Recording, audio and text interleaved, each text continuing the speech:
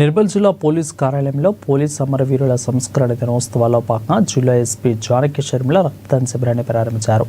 అనుక్షణం ప్రజారక్షణకు పాటుపడుతూ విధి నిర్వహణలో ప్రాణాలు కోల్పోయిన పోలీస్ అమరవీరులను మరవకుండా ప్రతి ఏటా వారి సంస్కరణ వార్షోత్సవాలను జరుపుకోవడం తమ బాధ్యత అని ఎస్పీ తెలిపారు. ప్రతి ఒక్కరూ రక్తదానం చేయాలని, ఆపద సమయంలో బాధితులకు అండగా నిలిచిన పారబోతామని అన్నారు.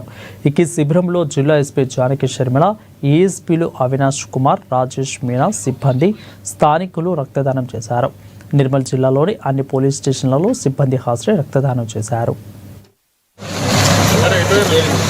పోలీస్ అమరవీరుల వారోత్సవం సందర్భంగా ఈరోజు ఇక్కడ మెగా రక్తదాన శిబిరం నిర్వహించడం జరుగుతుంది.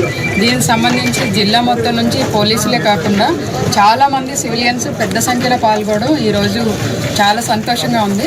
చాలా దగ్గర ప్రతి ఊరు నుంచి 50 మంది 60 మంది అట్లా బస్సుల్లో వచ్చారు, చాలా 2-3 విలేజెస్ నుంచి. సో ఇది చాలా హ్యాపీగా అనిపిస్తుంది నాకు.